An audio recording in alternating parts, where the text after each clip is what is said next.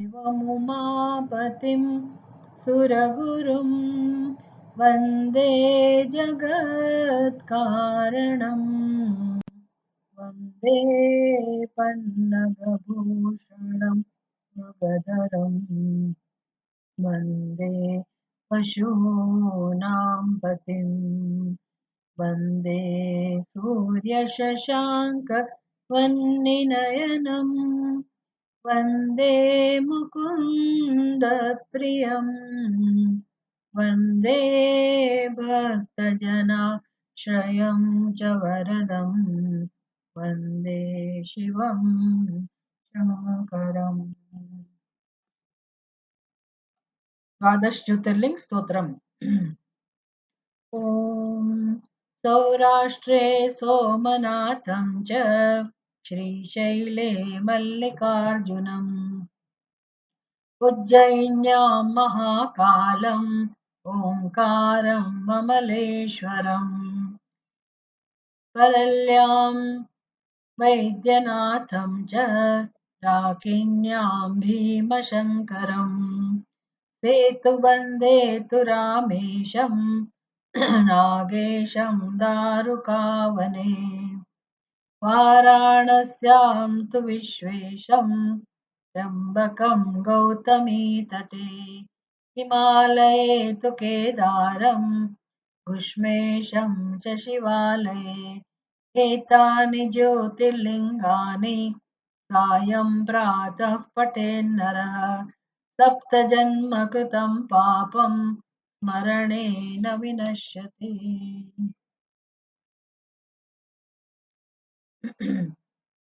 त्र्यंबकम गौतमी तटे।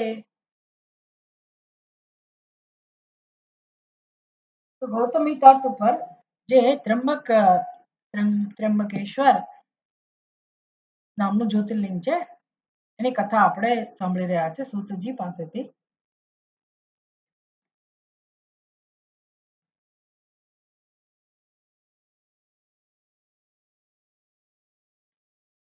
सूत जी ने कहा, मैंने अपने गुरु मुख से, उनके गुरु व्यास जी, उनके मुख से जैसी कथा सुनी है उसी रूप में एक पापनाशक कथा में तुम्हें सुना रहा हूँ। तो हमने वो कथा तो सुनी गौतम ऋषि की, कैसे दक्षिण गिरी में ब्रह्मगिरी पर्वत के पास वर्षों तक गौतमी ऋषि ने तपस्या की थी। एक समय ऐसा आ गया कि कितने लंबे समय तक उधर अकाल रहा, अवर्षण हो गया, अनावृष्टि। अकाल माने अनावृष्टि, पानी नहीं था, सब सूखा पड़ा। तो उधर के पशु पक्षी लोग वो जगह छोड़कर चले गए।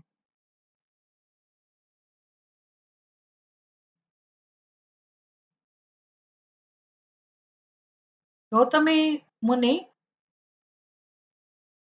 वो तपस्वी थे और संत हृदय थे, तो उन्होंने सोचा कि कैसे जीवों के कल्याण के लिए इसका क्या उपाय हो सकता है। तो उन्होंने बहुत प्रेम से 6 महीने तक वरुण जी को तपस्या करके प्रसन्न किया। वरुण माने जल के देवता। ऐसे जल के देवता को गौतमी जी ने प्रसन्न किया। अपनी तपश्चर्या करके 6 महीने तक उन्होंने कठिन तपस्या की और वरुण देव उनके समक्ष प्रकट हुए। वरुण देव, देवताओं का जो निश्चय होगा कि उधर बारिश नहीं करनी है, तो वरुण देव ने वो जो भी नियम था देवताओं का, जो भी वास्तविकता थी, उसमें कोई बाधा नहीं डाली। उन्होंने वरुण देव से, गौतम मुनि ने जो वरुण देव से जल के लिए प्रार्थना की थी, तो वरुण देव ने कहा कि हे मुनि, आप कहीं एक जगह पे गड्ढा खोदिए। गौतम मुनि ने ऐसा ही किया और वहां वरुण देव जी ने गंगा जी का प्रवाह प्रकट किया। जल की धारा उधर से शुरू हो गई।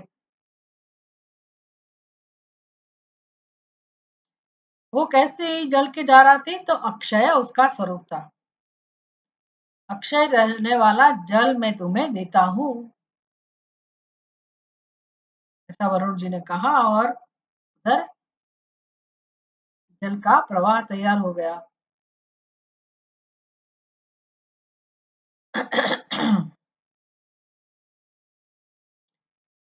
और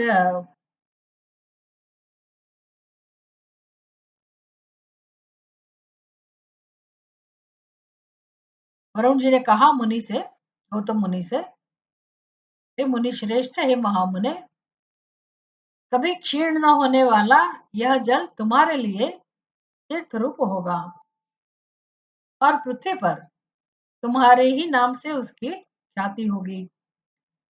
तो वो एक तीर्थ बन गया और गौतम मुनि के नाम से वो तीर्थ प्रसिद्ध हुआ। और यहाँ किए हुए, उस तीर्थ में किए हुए दान, होम, हवन, तप, देव पूजन तथा पितरों का श्राद्ध, ये सभी अक्षय होंगे, ऐसा आशीर्वाद वरुण जी ने दे दिया। फिर अंतर्धान हो गए। गौतम मुनि भी बड़े प्रसन्न हुए, उनको बड़ा सुख मिला, क्योंकि उस जल के द्वारा दूसरों का भी उपकार करने का एक मौका मिला उनको। महात्माओं का तो नियम यही होता है। और एक कुदरत का नियम भी है कि महात्मा पुरुष का आश्रय जिन्होंने लिया है, उन मनुष्यों की, उनके लिए, मनुष्यों के लिए महत्व की प्राप्ति करने वाला वो आश्रय होता है। जो भी उनकी आवश्यकता है, महत्व की प्राप्ति माने मनुष्य के लिए जितना भी आवश्यक है, उनको जो चाहिए अपने जीवन में, भौतिक व आध्यात्मिक दोनों आवश्यकताएं, ऐसा बड़ा आश्रय लेने से वो पूरी होती है। भगवान का आश्रय या महापुरुषों का आश्रय। गौतम मुनि निमित्त भी बने। पशु पक्षी अन्य जीवों को उधर रहने के लिए, उनका जीवन ठीक से हो, उनकी आवश्यकताएं पूर्ण हो, तो जहां जल का प्रबंध था ही नहीं, वो संभव भी नहीं था, वो मुनि ने अपनी तपश्चर्या से सिद्ध कर दिया। देवताओं की कृपा प्राप्त की, आवाहन किया, तपश्चर्या की और सभी जीवों का कल्याण जिससे होता है, ऐसा वरदान उन्होंने मांगा। खुद के लिए नहीं की तपश्चर्या, उन्होंने लोगों का कल्याण करने के लिए ये काम किया।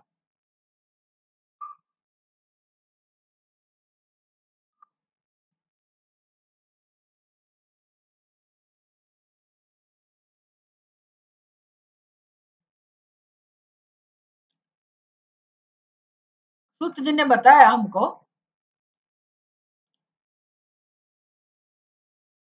कि पुण्य के 4 खंभे हैं। मतलब हर एक मनुष्य को अपने जीवन में किसका उपार्जन करना चाहिए और अच्छी तरह से पुण्य का संचय करे। वो कैसे संभव होता है? स्वार्थ के लिए तो सब कोई पुण्य करते हैं, सकाम कर्म करके तो हम अ, पुण्य का उपार्जन कर सकते हैं, लेकिन दूसरों की भलाई के लिए जो पुण्य प्राप्त करते हैं, वो उनका कल्याण करने वाला है। यही मनुष्य का स्वभाव होना चाहिए, मनुष्य का धर्म भी यही है। तो 4 खंभे कौन से हैं? दयालुता, अभिमान शून्यता, उपकारी और जितेंद्रिय।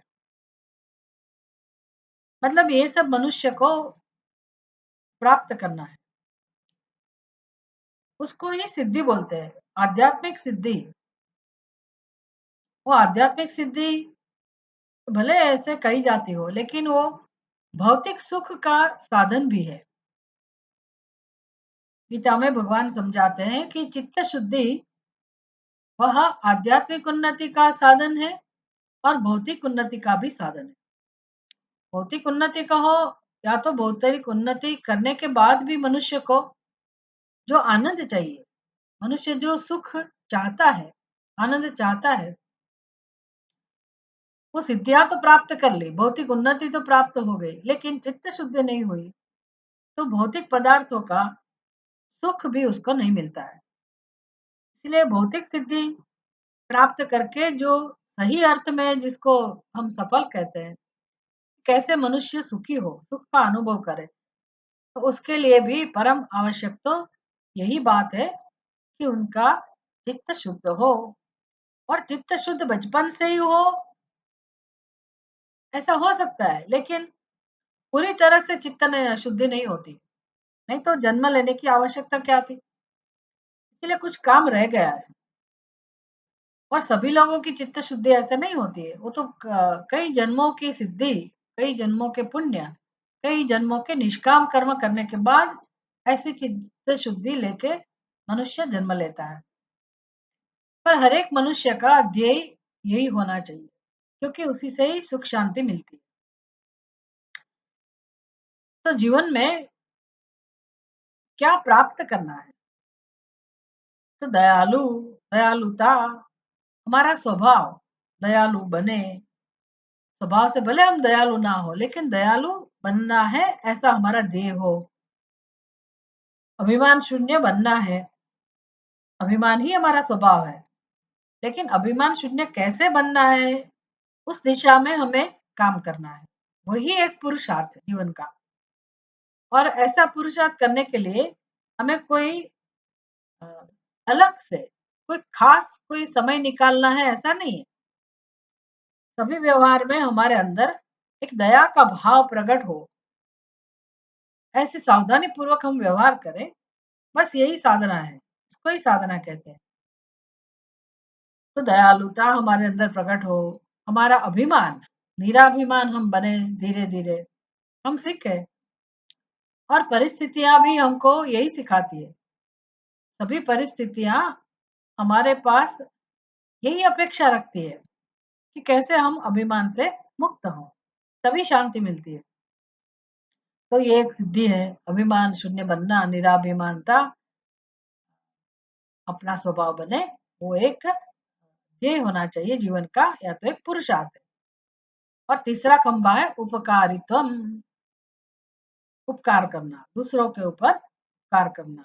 और चौथा खंबा है पुण्य का जितेंद्रिय, अपनी वासनाओं के ऊपर जीत पाना, राग द्वेष के ऊपर जीत प्राप्त करना, इसको बोलते हैं जितेंद्रिय। जिनके आधार पर पृथ्वी टिकी हुई है, नहीं तो पृथ्वी देवी सहन नहीं कर सके, इतना पाप हो रहा है जीवन जगत में। तो सूत जी कहते हैं कि पृथ्वी कैसे टिक सकती है, क्यों वो सबको आधार देने का काम चालू रखती है। वो भी थक जाती है तो भूकंप आ जाता है कि अभी मैं नहीं सहन कर पाऊंगी। जैसे गंगा जी ने भगवान से प्रार्थना की कि भगवान, सब लोग पाप करते हैं और मेरे अंदर आके नहाते हैं, मेरे जल में आके स्नान करते हैं, तो उनका पाप मुझे मिलता है, वो तो शुद्ध हो जाते हैं, फिर मैं कहाँ जाऊं। मैं जब सब पाप इकट्ठा करके मैं निर्मल नहीं रहूंगी तो मैं कहाँ जाऊंगी। तब भगवान उनको कहते हैं कि जब ऐसे महात्मा लोग आपके जल में आपके प्रवाह में स्नान करेंगे, तो अपने आप वो गंगा जी के पाप जो है वो भी धुल जाएंगे। इसे ऐसे यहाँ सूत जी समझा रहे हैं कि ये पुण्य के जो चार खंभे हैं, और जिन्होंने ऐसे अपना व्यक्तित्व बनाया, ये चार खंभों का सहारा लिया, तो उनके आधार पर ये पृथ्वी टिकी हुई है।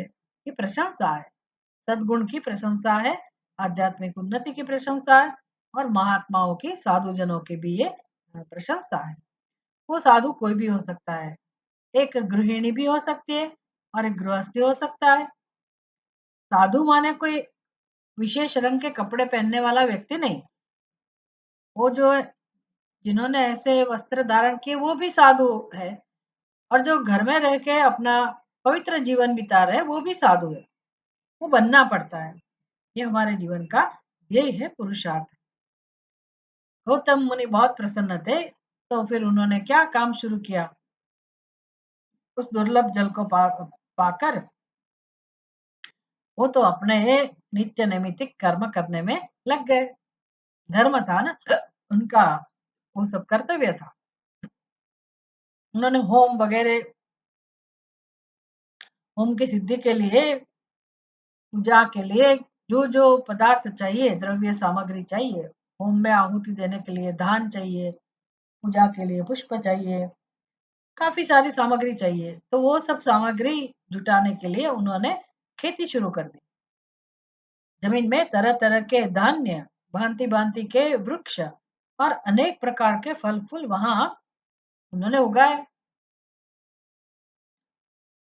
यह समाचार सुनकर उनका वातावरण बदल गया, वो जगह बिल्कुल हरी भरी हो गई। तो ये समाचार सुनकर दूसरे दूसरे सहस्रों ऋषि मुनि अलग अलग जगह से, पशु पक्षी तथा अनेक प्रकार के जीव उधर आकर रहने लगे। जीव सृष्टि उधर शुरू हो गई और वह वन बन गया। इस भूमंडल में बहुत सुंदर वन तैयार हो गया। उस अक्षय जल के संयोग से अनावृष्टि उनको दुखदायिनी नहीं रही। मतलब अनावृष्टि तो थी ही, पानी नहीं बरस रहा था, पर ये अक्षय जल जो गौतम मुनि ने प्राप्त किया, उसकी वजह से उन लोगों को वह अनावृष्टि पीड़ादायक नहीं रही। उस वन में अनेक शुभ कार्य, शुभ कर्म परायण ऋषि अपने शिष्यों, अपना परिवार और अपने पुत्र आदि के साथ, पत्नी पुत्र मतलब परिवार के साथ आकर बसने लगे। उन्होंने कालक्षेप करने के लिए वहां धान बोआ दिए। समय क्या कैसे पसार करना, कुछ प्रवृत्ति तो होनी चाहिए जीवन में। तो सबको यही प्रवृत्ति मिली मिली कि उस जमीन में कैसे हम धान बोए। तरह तरह के बीज लाकर उन्होंने बोना शुरू किया, खेती शुरू की। गौतम जी के प्रभाव से उस वन में सब और आनंद छा गया। गौतम मुनि तो ये कार्य कर ही रहे थे, दूसरों को भी उन्होंने उसमें जोड़ा। फिर एक बार क्या हुआ जो हमेशा संसार में होता है। एक बार वहां गौतम जी के आश्रम में आकर बसे हुए जो ब्राह्मण थे, उनकी स्त्रियां जल के प्रसंग के लेकर अहल्या पर नाराज हो गई। अहल्या कौन थी? गौतम मुनि की धर्म पत्नी थी, बहुत ही पवित्र और भगवान की परम भक्त और पति व्रता नारी थी वो। तो सब स्त्रियां, ब्राह्मणों की स्त्रियां दुखी हो गई ईर्ष्या से, क्योंकि गौतम मुनि का प्रभाव था ना, वरुण देव को प्रसन्न करके गौतम मुनि ने जो जल उधर प्रदान किया था, प्राप्त किया था। तो ये जो प्रसंग था उसको लेकर अहल्या पर वो सब स्त्रियां, जो दूसरे ब्राह्मण थे उनकी स्त्रियां नाराज हो गई और उन्होंने अपने पतियों को उकसाया। बस ये राम सतयुग से यही चला आता है। राम जी के साथ जो हुआ, सब जगह यही होता है। यही मंत्रा बुद्धि पुराण में, रामायण में, महाभारत में, सभी कथाओं में ये तो सीखने को मिलेगा ही। इसका मतलब जीवन में सबसे महत्वपूर्ण चीज यही है कि हमारा व्यवहार अगर ईर्ष्या से होता है तो सबका पतन करने वाला होता है। इसमें से हमें बाहर निकलना है। भक्ति, सही भक्ति यही है, और सबके अंदर ये बीज पड़ा हुआ है। तो वो सब स्त्रियों ने पतियों को उकसाया। उन लोगों ने गौतम का अनिष्ट करने के लिए गणेश जी की आराधना की। हमको कभी ऐसा लगता है कि कोई भगवान की पूजा कर रहे हैं तो हम मान लेते हैं कि वो भक्त ही है, भक्त ही होंगे। हमको तो ऐसा विचार आता है। लेकिन बाद में पता चलता है कभी कभी लोग कोई विशेष होम यज्ञ याग आदि करते हैं, पूजा पाठ करते हैं, तो उसके पीछे ऐसा है कोई प्रयोजन होता है दूसरे को अ, बीच में से हटाना या दूसरों को दुख पहुंचाना, सब होता है संसार में। तो ये ऋषि मुनियों ने भी ऐसे ही किया। गणेश जी का गणेश जी की आराधना शुरू की। तो भक्त पराधीन भगवान गणेश जी हो, ब्रह्मा जी हो, शिव जी हो, विष्णु हो, कोई भी हो, जो भी तपस्या करते हैं तो भगवान उनके ऊपर प्रसन्न होते हैं। भगवान का नियम है, उसको बोलते हैं भक्त पराधीन। भगवान गणेश जी ने प्रकट होकर वर मांगने के लिए कहा। भगवान को पता नहीं था कि इनके मन ये क्या मांगने वाले हैं। अगर पता है तो भी जो प्रोटोकॉल होता है, भगवान जब प्रसन्न होते हैं तो भगवान पूछते हैं भक्त को कि तुम्हें क्या चाहिए। ऐसे गणेश जी ने वर मांगने के लिए कहा।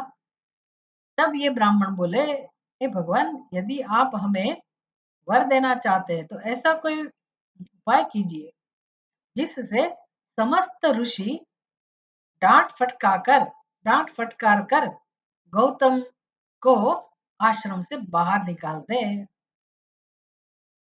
सभी ऋषि इकट्ठे होकर गौतम मुनि को कैसे भी आश्रम से बाहर निकाल दे।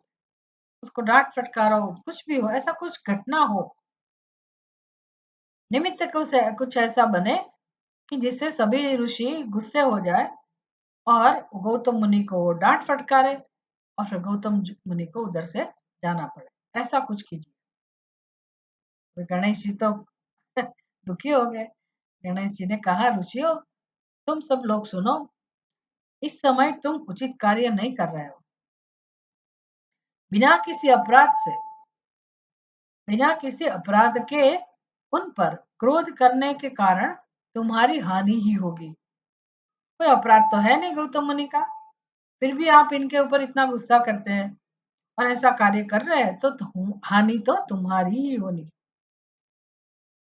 जिन्होंने पहले ऐसे उपकार किया हो, तो गौतम मुनि का उपकार था उन सबके ऊपर। उन्हें यदि दुख दिया जाए तो वह अपने लिए हितकारक नहीं होता। समझाया गणेश जी ने ये सब।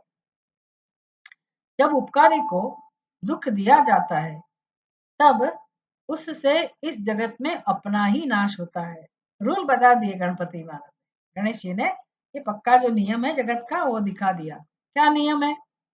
जो उपकारी है, हमारे ऊपर जिसका उपकार हो, ऐसे उपकारी को दुख दिया जाता है तब उससे इस जगत में अपना ही नाश होता है, खुद का नाश हो जाता है। ये याद रखने जैसी बात है। ऐसी तपस्या करके उत्तम फल की सिद्धि की जाती है। तो हे ब्राह्मणों, आपने तपस्या की है, मेरी आराधना की है, तो उसके लिए तो फल आपको उत्तम प्रकार ना मांगना चाहिए। ऐसी तपस्या करके उत्तम फल की सिद्धि अ, की जाती है, प्राप्त की जाती है।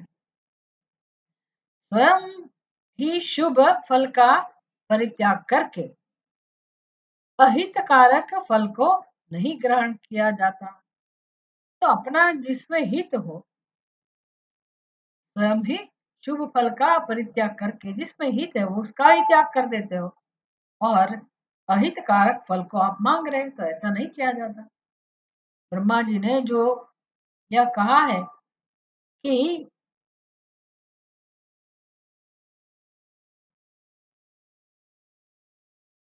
असाधु कभी साधुता को और साधु कभी असाधुता को नहीं ग्रहण करे।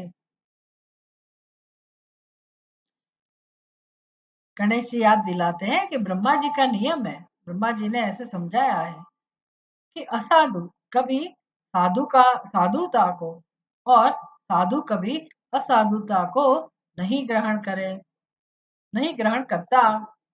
जो साधु है वो हमेशा साधु ही रहेगा, कितना भी उसको उसके ऊपर अत्याचार करो, कितनी भी खराब परिस्थितियां प्राप्त हो,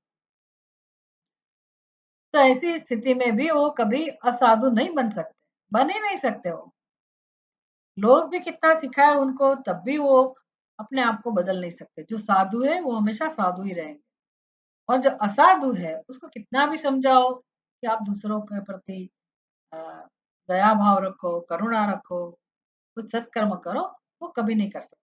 उनकी बुद्धि ऐसी होती है। यह बात निश्चय ही ठीक जान पड़ती है। पहले उपवास के कारण जब तुम लोगों को दुख भोगना पड़ा था, तब महर्षि गौतम ने जल की व्यवस्था करके तुम्हें सुख दिया।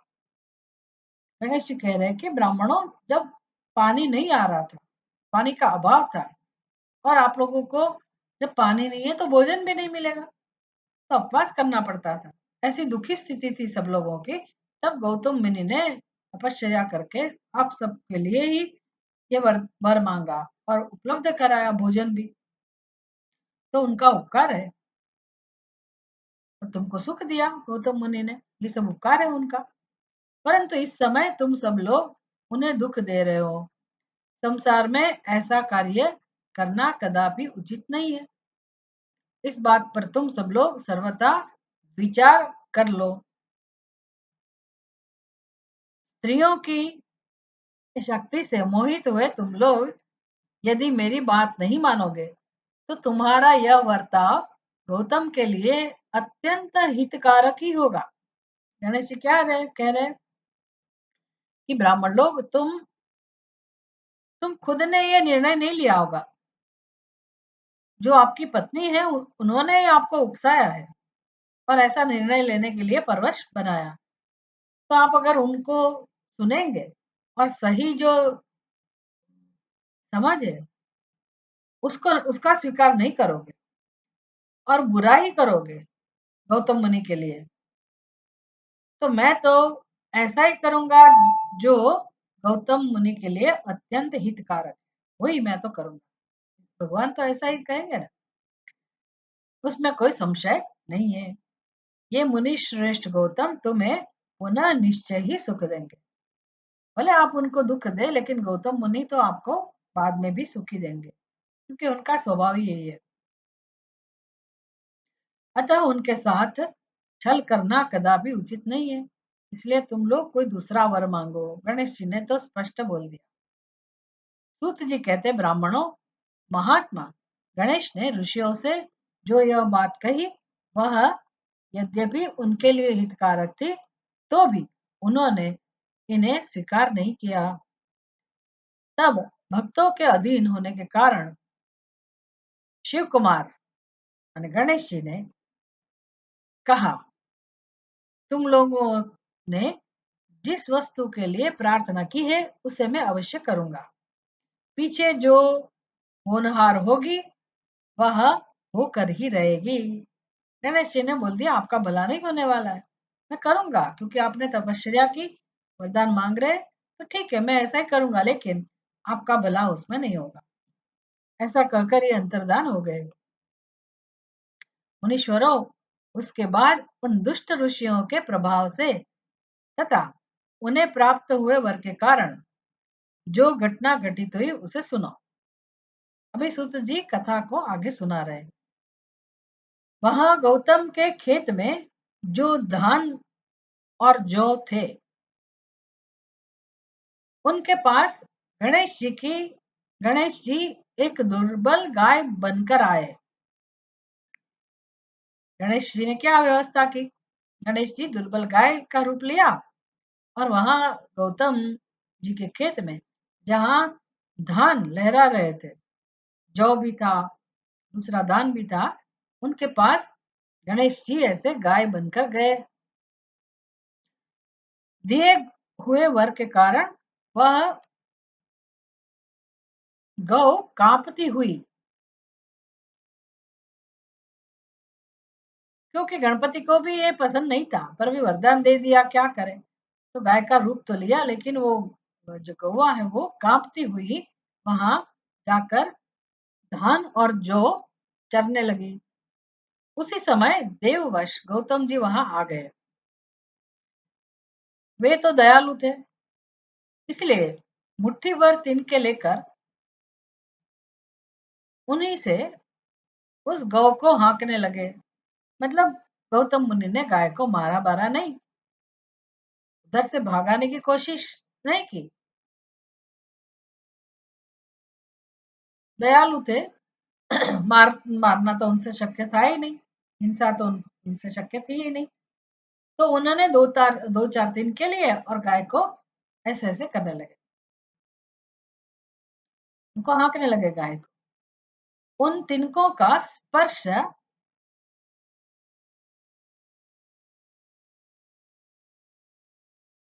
होते ही, जैसे वो तिनका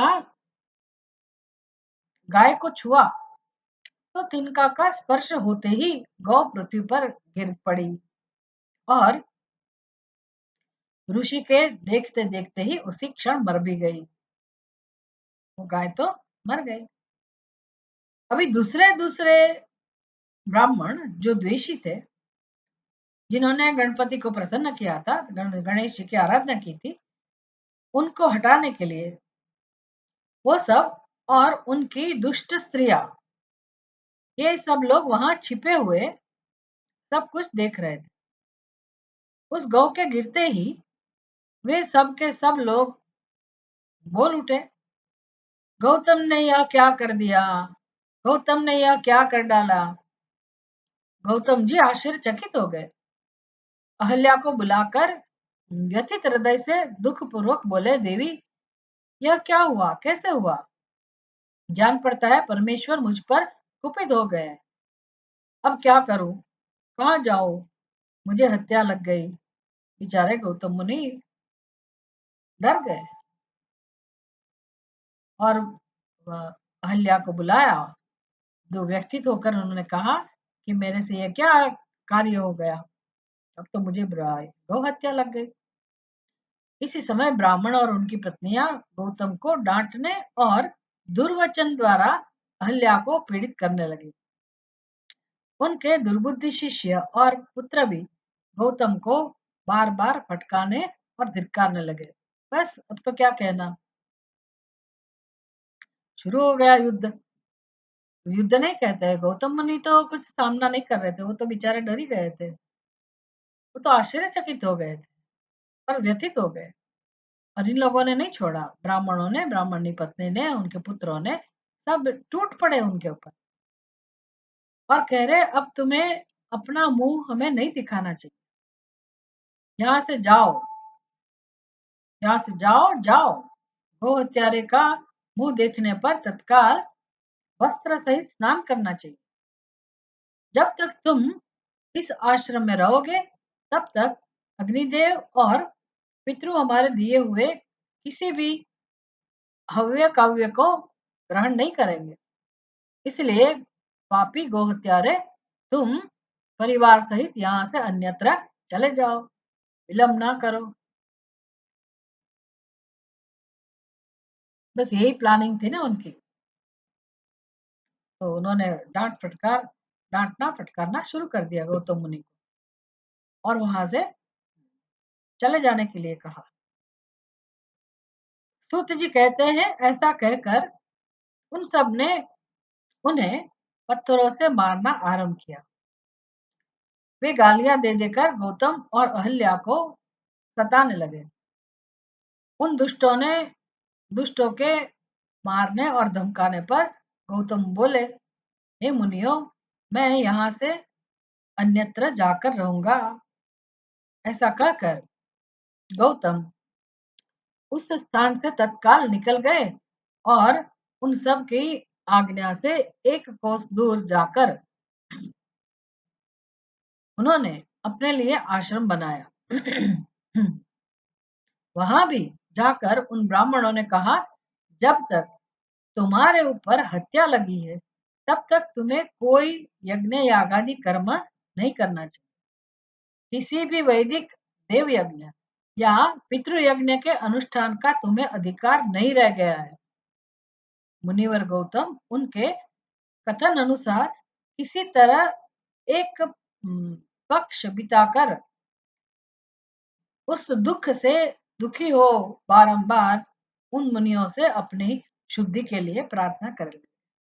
कितने भले आदमी है, कितने पवित्र साधु पुरुष है। गौतम मुनि ने क्या किया, वो जब धमकाने लगे कि आपका अधिकार नहीं है यज्ञ याग आदि करने में, कोई किसी भी प्रकार का यज्ञ आप अपने दूसरे जाकर आश्रम में जाकर भी नहीं कर सकते,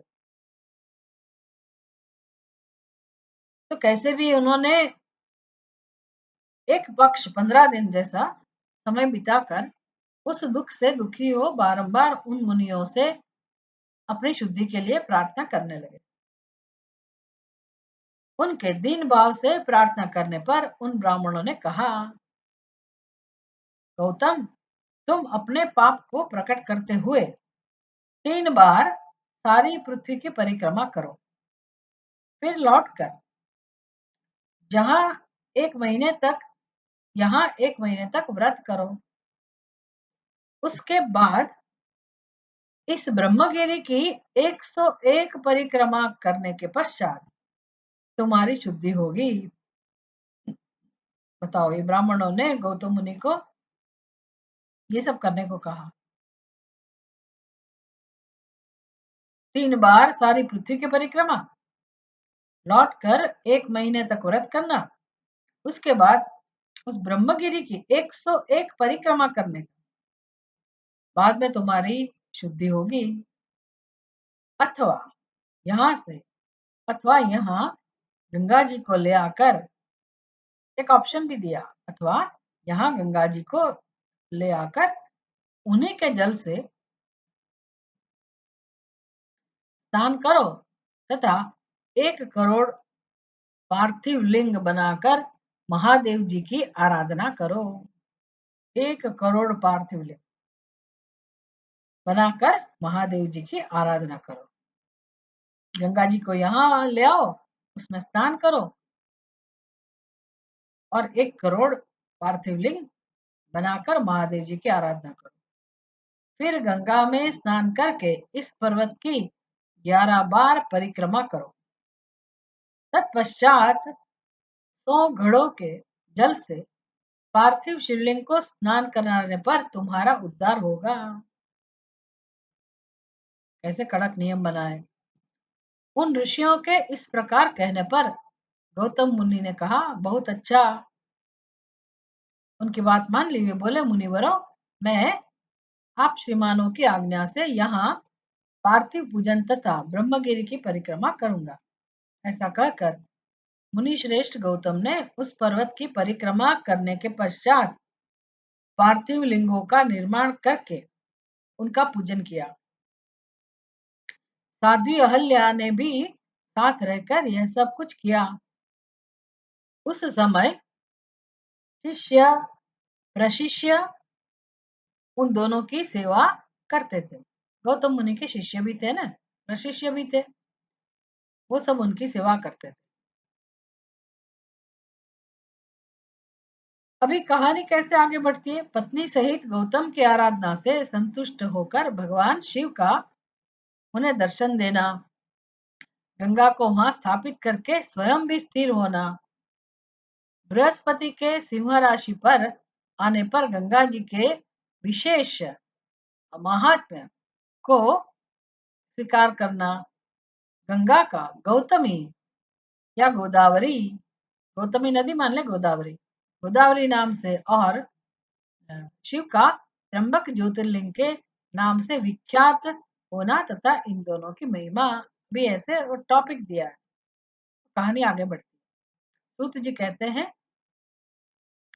पत्नी सहित गौतम ऋषि के इस प्रकार आराधना करने पर संतुष्ट हुए भगवान शिव वहां शिवा और प्रमथ गणों के साथ प्रकट हो गए। भगवान के गण है ना, प्रमथ गण, उनके साथ और शिवा के साथ, पार्वती देवी के साथ भगवान शिव प्रकट हो गए। तदनंतर प्रसन्न हुए कृपा निदान शंकर ने कहा, हे महामुने, मैं तुम्हारी उत्तम भक्ति से बहुत प्रसन्न हूँ। तुम कोई वर मांगो। उस समय महात्मा शंभू के सुंदर रूप को देखकर आनंदित हुए गौतम ने भक्ति भाव से शंकर जी को प्रणाम करके उनकी स्तुति की। लंबी स्तुति और प्रणाम करके दोनों हाथ जोड़कर वे उनके सामने खड़े हो गए और बोले, हे देव, मुझे निष्पाप कर दीजिए।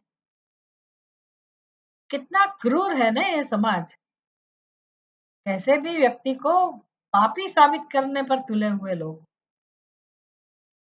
खुद तो अज्ञान है ही हमारे अंदर, हम भी अपने आप को पापी समझते हैं। मैंने ये गलत किया, मैंने वो गलत किया, अपने ऊपर हम अत्याचार करते हैं। दूसरे भी लोग कभी ऐसा करते हैं कि तुम ही पापी हो। तो मनुष्य का बंधन यही है, महादुख यही है, मैं पापी हूँ। फिर मैं पुण्यशाली हूँ, वो उसका ही दूसरा रूप है, लेकिन मैं पापी हूँ। ये जो एक अंदर अपने लिए एक सोच होती है, वही बंधन है, वही दुख कारिणी। कोई सहन नहीं सकता उसको, अपने आप को पापी, किसी को पापी कहना, सिद्ध करना, वो तो बहुत बड़ा पाप है। और खुद को पापी मानना, ये भी पाप है। तो क्यों करते हैं ऐसे कर्म? नहीं करना चाहिए। पर गौतम मुनि जी ने तो कोई कर्म किया भी नहीं था, इन लोगों ने इनके ऊपर आरोप किया और बेचारे वो तो मान गए कि हाँ, मैं, मेरे से गौ हत्या हो गई। ये सब छल कपट था और ऋषि बेचारे फंस गए। इसीलिए शिव जी को वो कह रहे हैं कि भगवान मुझे निष्पाप कर दीजिए। शिव जी को तो पता ही है कि ये तो शुद्ध ही है, सदा शुद्ध है। भगवान शिव ने कहा, मुने, तुम धन्य कृतकृत्य हो और सदा ही निष्पाप हो। तुम कभी पापी थे ही नहीं। इन दुष्टों ने तुम्हारे साथ छल किया। जगत के लोग तुम्हारे दर्शन से पाप रहित हो जाते हैं। मुनि, क्या बात करते हो? आपको निष्पाप होने की आवश्यकता ही नहीं है, आप सदा निष्पाप है। लोग तुम्हारे दर्शन से पाप रहित हो जाते। फिर सदा मेरी भक्ति में तत्पर रहने वाले तुम क्या पापी हो? कैसे हो सकता है? मुने, जिन दुरात्माओं ने तुम पर अत्याचार किया है, वे ही पापी, दुराचारी और हत्यारे हैं। उनके दर्शन से दूसरे लोग पापिष्ट हो जाएंगे। वे सब के सब कृतघ्न है। कृतघ्न माने जिन्होंने उपकार किया, उनके ऊपर आप अपकार करते हो, तो आप कृतघ्न है। उनका कभी उद्धार नहीं हो सकता। भगवान शिव जी बड़े नाराज थे उन पर।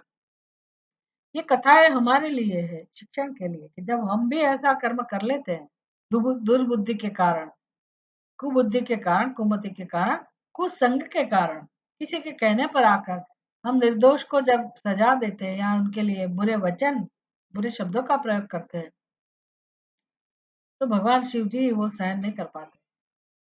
महादेव जी को महादेव जी की यह बात सुनकर महर्षि गौतम मन ही मन बड़े विस्मित हुए। उनको तो आश्चर्य लगा कि सारी दुनिया मुझे पापी कहती है और ये भगवान मुझे ऐसा कह रहे। उन्होंने भक्तिपूर्वक शिव जी को प्रणाम करके हाथ जोड़कर पुनः इस प्रकार कहा।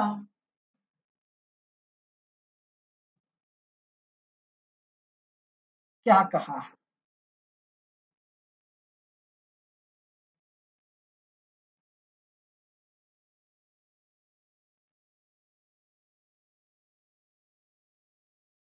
गौतम बोले, हे महेश्वर, उन ऋषियों ने तो मेरा बहुत बड़ा उपकार किया, ये तो हद हो गई। गौतम मुनि कहे, अभी उन ऋषियों के प्रति कोई द्वेष ही नहीं है उनके मन में। ऊपर से कह रहे, उन ऋषियों ने तो मेरा मेरे पर बहुत बड़ा उपकार किया। कैसे? यदि उन्होंने यह बर्ताव न किया होता तो मुझे आपका दर्शन कैसे होता? बात तो सही है। तो भगवान की प्रसन्नता के लिए कोई ना कोई हमारे जीवन में ऐसे निमित्त आते हैं। अगर वैसे निमित्त नहीं होता, ऐसी परिस्थिति उत्पन्न नहीं होती, किसी का दुर्व्यवहार हमारे साथ नहीं होता, तो हम भगवान की तरफ आगे भी नहीं बढ़ते, भगवान के दर्शन नहीं होते हो पाते, भगवान की कृपा, उनका अनुग्रह भी हम पर नहीं हो सकता। ऐसा अनुग्रह गौतम मुनि के ऊपर तो हुआ। गौतम मुनि प्रसन्न है कि मुझे आपके दर्शन मिले। धन्य है वे महर्षि जिन्होंने मेरे लिए परम कल्याणकारी कार्य किया है। यही यही साधुता है कि जो कोई दुख देता है उसके लिए भी उनके मन में आशीर्वाद ही हो।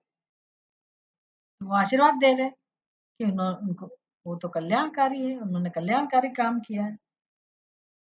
उनके उस दुराचार से ही मेरा महान स्वार्थ सिद्ध हुआ है। तो अपने को तो किस में रस होना चाहिए?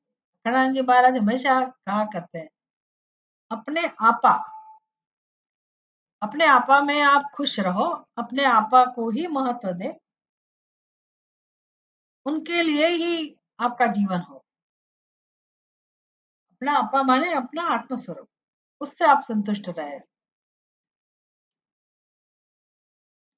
तो आपके भले के लिए आप सोचो। उनके उस दुराचार से मेरा ही महान स्वार्थ सिद्ध हुआ है। महान स्वार्थ मुझे मतलब भगवान आपके दर्शन मुझे हुए। गौतम जी की यह बात सुनकर महेश्वर बहुत ही प्रसन्न हुए। उन्होंने गौतम को कृपा दृष्टि से देखकर उन्हें शीघ्र ही यह उत्तर दिया।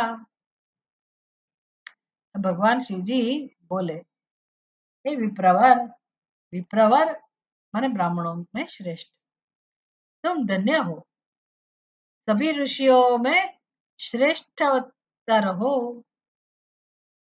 मैं तुम पर बहुत प्रसन्न हुआ हूँ। ऐसा जानकर तुम मुझसे उत्तम वर मांगो। जब शिव जी ने ऐसा बोला तो गौतम मुनि बोले, हे नाथ, आप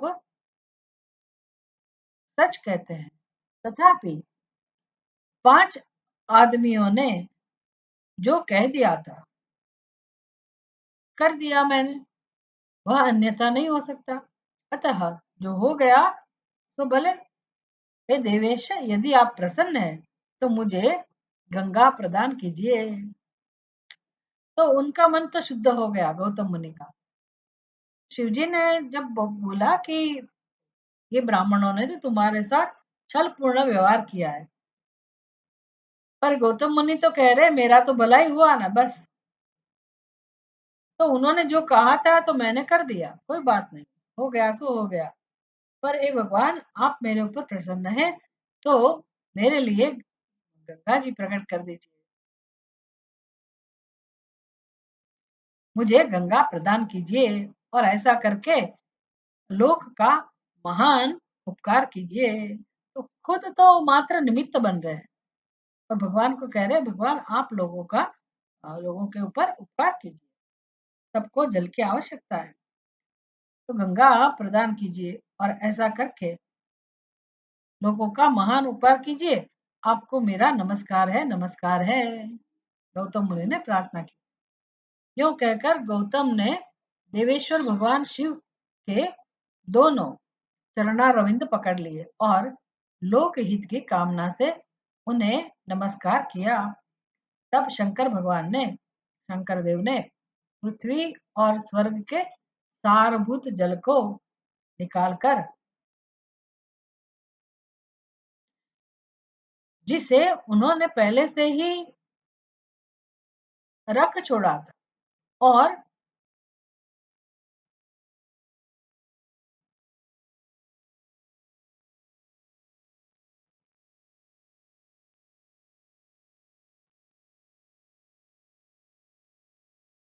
विवाह में ब्रह्मा जी के दिए हुए जल में से, ये कोई और प्रसंग होगा, भगवान हमें पता नहीं है।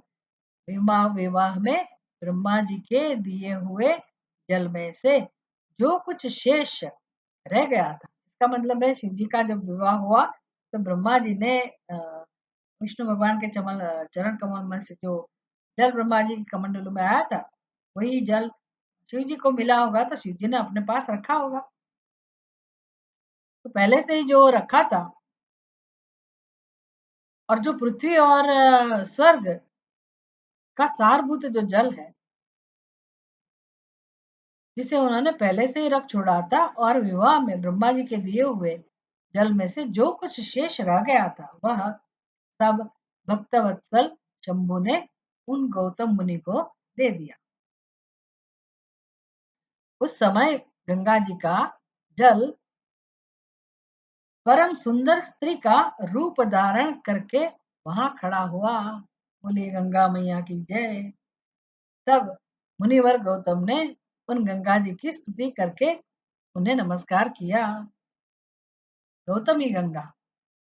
गौतम बोले, हे गंगे, तुम धन्य हो, कृतकृत्य हो, तुमने संपूर्ण भुवन को पवित्र किया है, इसलिए निश्चित रूप से नरक में गिरते हुए मुझ गौतम को पवित्र करो। ब्राह्मणों ने बोला था, गंगा जी लाओ, उसमें आप स्नान करो।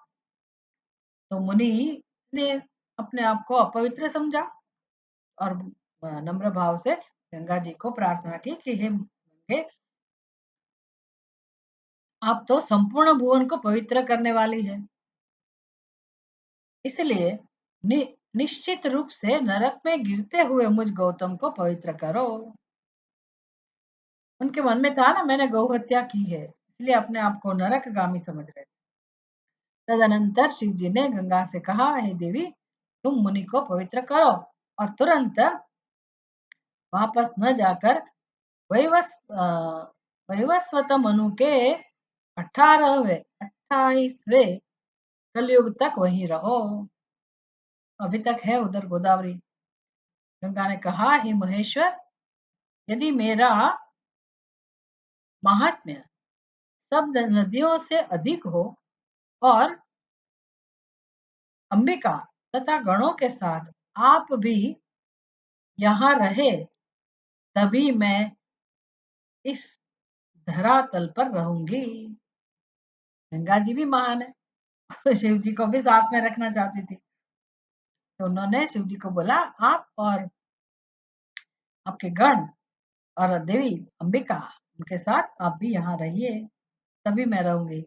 गंगा जी की यह बात सुनकर भगवान शिव बोले, गंगे, तुम धन्य हो, सुनो, मैं तुमसे अलग नहीं हूँ। तुम धन्य हो, मेरी बात सुनो, मैं तुमसे अलग नहीं हूँ, तथापि मैं तुम्हारे कथन अनुसार यहाँ स्थित रहूंगा, तुम भी स्थित हो। अपने स्वामी परमेश्वर शिव की यह बात सुनकर गंगा ने मन ही मन प्रसन्न हो उनकी बुरी बुरी प्रशंसा की। उसी समय देवता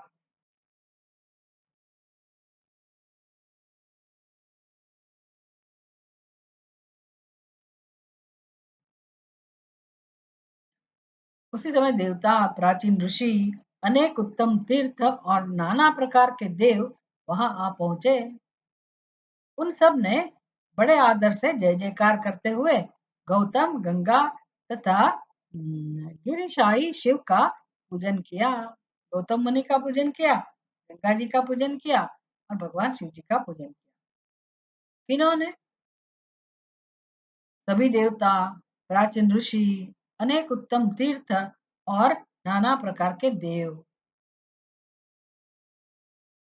सबने इन सब की पूजा की। तदनंतर उन सब देवताओं ने मस्तक झुकाकर, हाथ जोड़कर उन सब की प्रसन्नता पूर्वक स्तुति की।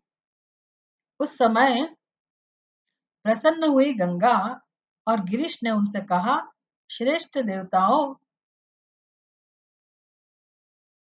वर मांगो, तुम्हारा प्रिय करने की इच्छा से वह वर हम तुम्हें देंगे। देवता बोले, हे देवेश्वर, यदि आप संतुष्ट हैं और सरिताओं में श्रेष्ठ गंगे, यदि आप भी प्रसन्न हैं, तो हमारा तथा मनुष्यों का प्रिय करने के लिए आप लोग कृपा पूर्वक यहाँ निवास करें। गंगा बोली, हे देवताओं, फिर तो सबका प्रिय करने वाले आप लोग स्वयं ही यहीं क्यों नहीं रहते? मैं तो गौतम जी के पाप का प्रक्षालन करके जैसे आई हूँ उसी तरह लौट जाऊंगी। आपके समाज में यहाँ मेरी कोई विशेषता समझी जाती है, इस बात का पता कैसे लगे?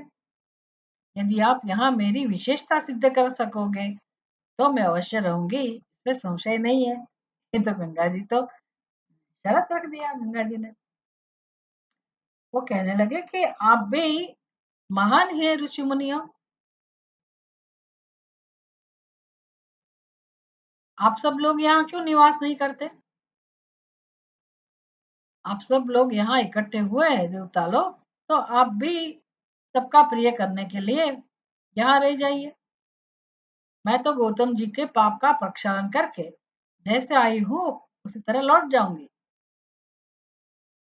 आपके समाज में यहाँ मेरी कोई विशेषता समझी जाती है, इस बात का पता कैसे लगे? तो गंगा जी शिक्षा दे रही है कि कुछ विशेषता तो सिद्ध करके दिखाइए मेरी। मेरा आदर है कि नहीं, मेरे प्रति कुछ भाव है कि नहीं, विशेष भाव है कि नहीं, वो तो आपको सिद्ध करना पड़ेगा। मुझे कैसे पता चलेगा कि आप लोग मेरा स्वीकार कर रहे हैं, आदर के दे रहे हैं? इसलिए आपको सिद्ध करना पड़ेगा। यदि आप यहाँ मेरी विशेषता सिद्ध कर सको तो मैं अवश्य यहाँ रहूंगी, इसमें कोई संशय नहीं है। तब देवताओं ने कहा, सरिताओं में श्रेष्ठ गंगे सबके परम सुहृद बृहस्पति जी की जब जब सिंह राशि पर स्थित होंगे। गज केसरी योग जब हम कहते हैं ना, सिंह और बृहस्पति गुरु दोनों जब एक राशि में होते हैं,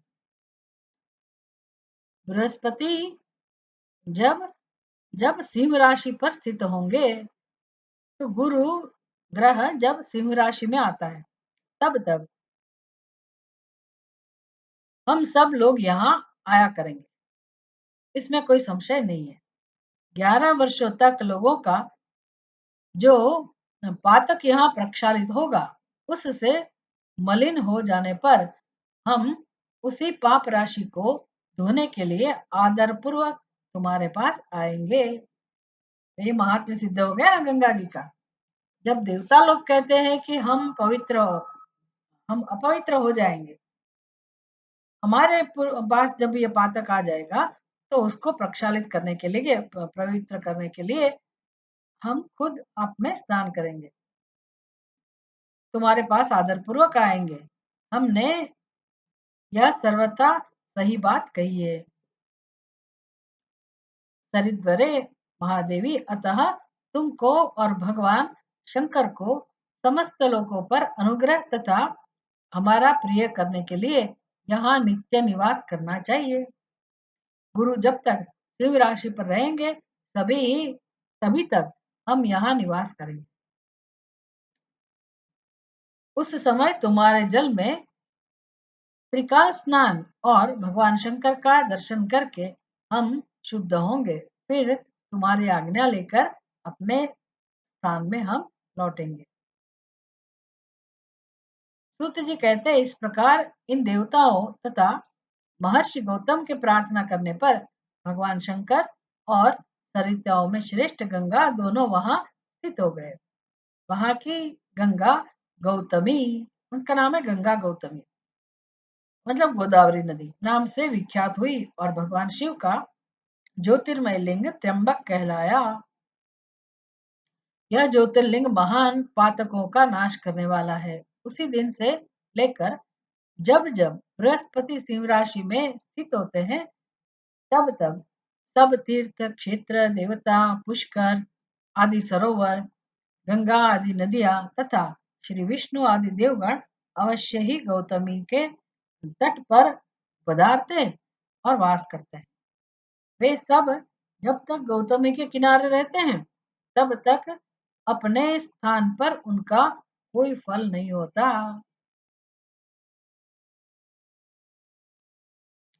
अपने स्थान पर कोई फल नहीं होता मतलब ये ज्योतिष शास्त्र के हिसाब से अपने ग्रह जो जो कुंडली होती है उसमें जो ग्रह होते हैं उसका उसमें स्थान होने से जो हमारे जीवन में कुछ फल मिलता है हमको वो नहीं होगा। वो क्योंकि वो अपने स्थान में नहीं है, वो उधर है गौतमी जी के पास। जब वे अपने प्रदेश में लौट जाते हैं तभी वहां उनके सेवन का फल मिलता है। यह त्र्यंबक नाम से प्रसिद्ध ज्योतिर्लिंग गौतमी के तट पर स्थित है और बड़े बड़े पातकों का नाश करने वाला है। जो भक्ति भाव से इस त्र्यंबक लिंग का दर्शन, पूजन, स्तवन एवं वंदन करता है वह समस्त पापों से मुक्त हो जाता है। गौतम के द्वारा पूजित त्र्यंबक नामक ज्योतिर्लिंग इस लोक में समस्त अभिष्टों का देने वाला तथा परलोक में उत्तम मोक्ष प्रदान करने वाला है। हे मुनीश्वरों, इस प्रकार तुमने जो कुछ पूछा था वह सब मैंने कह सुनाया। अब और क्या सुनना चाहते हो कहो, मैं उसे भी तुम्हें बताऊंगा, इसमें संशय नहीं है। तो ठीक है, अब मैं वैद्यनाथ ईश्वर ज्योतिर्लिंग का पापहारी महात्म्य बताऊंगा। तो अभी सूत जी हमको वैद्यनाथेश्वर ज्योतिर्लिंग के प्रागट्य की कथा सुनाएंगे, कथा तथा महिमा सुनाएंगे, कल देखेंगे। ओम पूर्णमदः पूर्णमिदं पूर्णात् पूर्णमुदच्यते पूर्णस्य पूर्णमादाय पूर्णमेवावशिष्यते। ओम शांति शांति शांति। हरिः ओम। श्री गुरुभ्यो नमः। हरिः ओम।